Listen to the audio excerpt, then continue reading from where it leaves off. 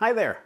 In this video, we'll be covering how to write a short story about your life. A powerful short story can help establish you with a wider audience and help you build your brand. By the end of this video, you will learn how to map out and structure your story, the importance of outlining, and how to stay committed during the writing process. And stay tuned until the end of this video for a free opportunity. Let's dive in.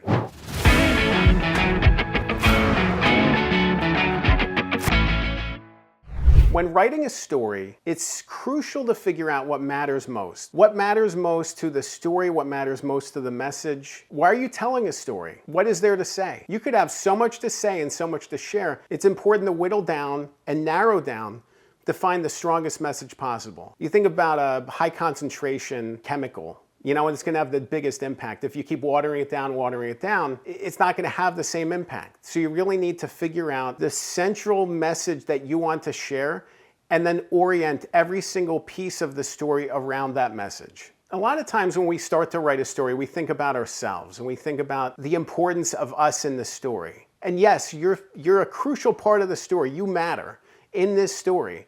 But more important than that is the reader benefit, the reader takeaway. What's in it for the reader? Because the reader might not be super interested in your story if it's just a haphazard mess of things thrown together. It really needs to be narrowly focused and tailored to the reader's needs, which requires a lot of deep thought because it really requires you to get into the mindset of the reader and figure out why they might want to read this story in the first place, why they want to connect with this message and what they're going to take away from it. As a book writer and ghostwriter, I work with so many people who want to share messages about their life. And a lot of times they want to paint this happy, idyllic version of themselves. They want to share the message where they always win, which sounds great in principle. But when you break it down and start actually looking at the story itself, the writing itself, it's flat, it's missing something. I remember one of the projects I worked on, it involved a coach, somebody who was hired by different companies to come in and work with them and guide them forward and give them some team building exercises. And we kept trying to pull stories out and messages out and conflicts out. And the person I was working with just didn't have anything to share on that front. It was all very happy and it was all very streamlined and he always just knew exactly what to say at the right time.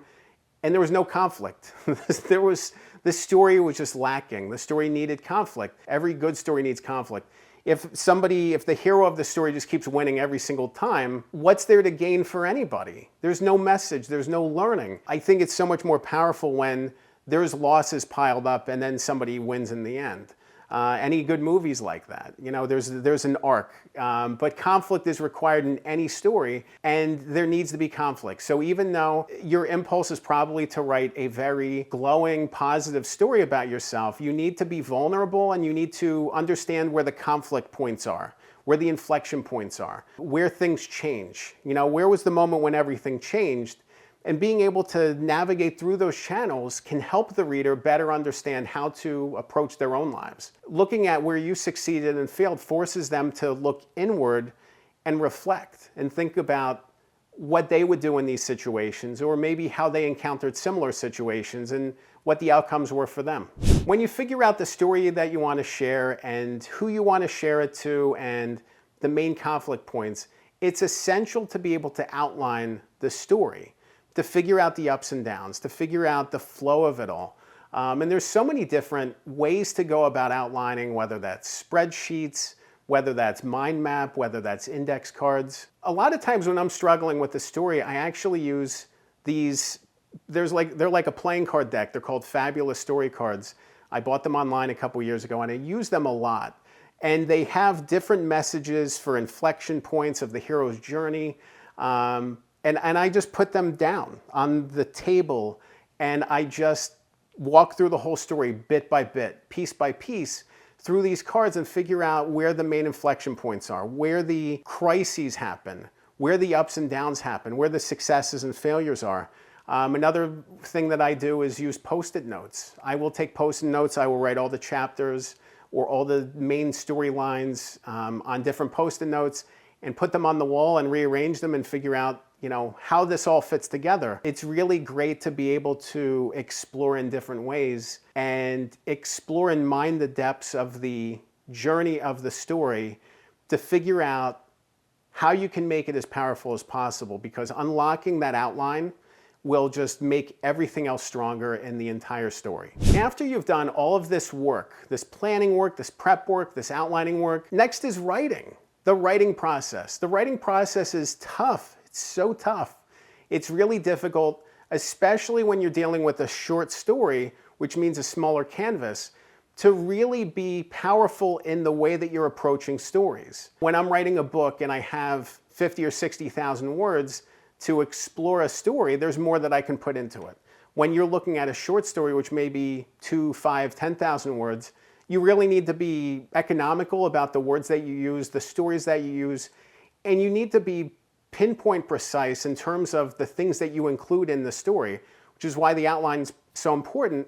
That really plays out during the writing, because as the writing evolves, you're going to see things that should be included, that should be taken out. There's a push and pull that comes with the writing process, and this is a draft, that this is the first draft, that this is the start of it. It's not going to be perfect the first time around, but you want to be able to explore the full space of the story and take all these elements that you've done, all the prep work that you've done, and apply it to the writing to make the writing process easier. After you've written the draft and you have a first draft down, now it's a time to revise and edit. You go through editing, you go through revising, you really figure out what works and what doesn't work. You need to be able to take those steps, because otherwise, if you just keep streamlining and greenlighting things and just moving forward with them, it's liable that you're missing something. It's liable that there's a blind spot. It's liable that you haven't really tested this story out enough. So when you end up publishing it and moving forward with it, readers are going to have concerns or questions. Why did you include this? Why did you not include this? You need that give and take during the writing process and during the revising and editing process to really kind of iron things out and make it as streamlined and strong as possible, to figure out what works and what doesn't and make the necessary changes. This isn't just about rushing through, checking boxes and publishing. This is really about getting it right. And when you publish something, you have one time to get it right. If you miss that one time to get it right and you push something out that isn't ready, it's going to lead to regret and disappointment. You really want to be able to spend the time to get it right. And a lot of those efforts come through in the editing and the refinement process. When I think about the writing process and the refinement process, I think about one specific person I've worked with over the past couple years, and the book that they initially wanted to write was very different than the book that they ended up writing in the end.